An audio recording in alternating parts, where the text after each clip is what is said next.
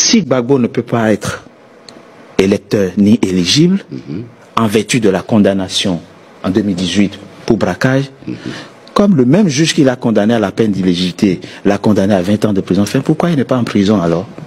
Monsieur Diaby, à chaque fois que j'ai reçu un représentant RHTP dans mon émission, il me dit que la Côte d'Ivoire est un état de droit et que le pouvoir actuel, tout comme le RHTP, sont respectueux des décisions de justice. D'accord. On est d'accord? D'accord. Laurent Gbagbo, oublions la loi d'amnistie. Laurent Gbagbo a été condamné à 20 ans de prison ferme et à une peine d'éligibilité. D'accord. C'est précisément par rapport à cette condamnation que aujourd'hui il est rayé de la liste électorale. D'accord. Si on veut être respectueux, D'accord. ne voyez aucun parti pris dans ma question. Hein. Non, non, du tout. Si on veut être respectueux des décisions de justice, on n'applique pas la décision à 50%.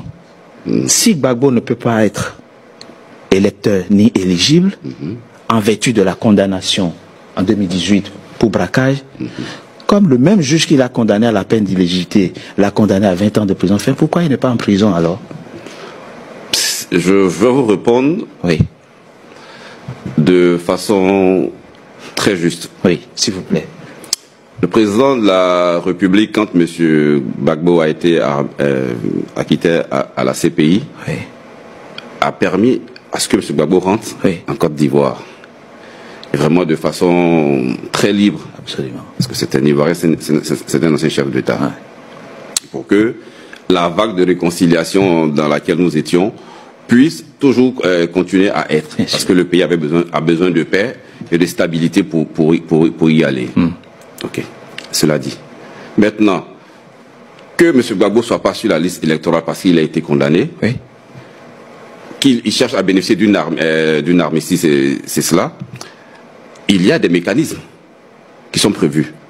Ça, c'est le président de la République qui prend la loi.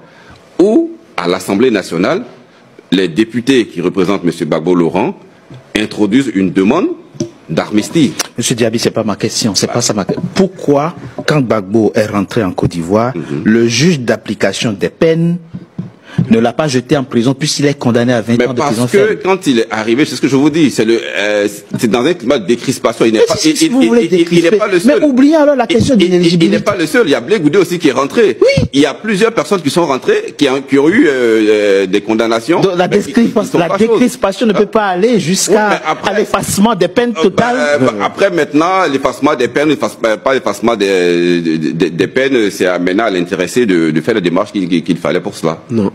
Le juriste nous dit non. Non. Non, je pense qu'il y a une véritable contradiction. En fait, on ne peut pas dire A et ne pas dire B.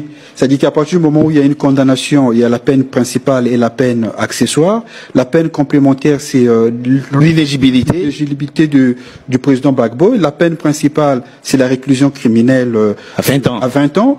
Bon, quand il arrive, si vous voulez appliquer la peine, elle est entière. Donc vous allez appliquer la peine principale et la peine complémentaire. Mais si vous n'appliquez pas la peine principale, pourquoi vous appliquez la peine complémentaire? Puisqu'elle n'est complémentaire que parce qu'elle vient compléter la peine principale. Si vous estimez que la peine principale n'est pas applicable, ça veut dire que l'accessoire tombe avec la principale. C'est une question de logique, en fait. On n'a même pas besoin de faire du droit. C'est logique. Et ce d'autant plus que la Cour africaine des droits de l'homme a elle aussi pris une décision allant dans ce sens. Et la Côte d'Ivoire est respectueuse des décisions de la décision de la Cour africaine des droits de l'homme n'est pas supérieure à la décision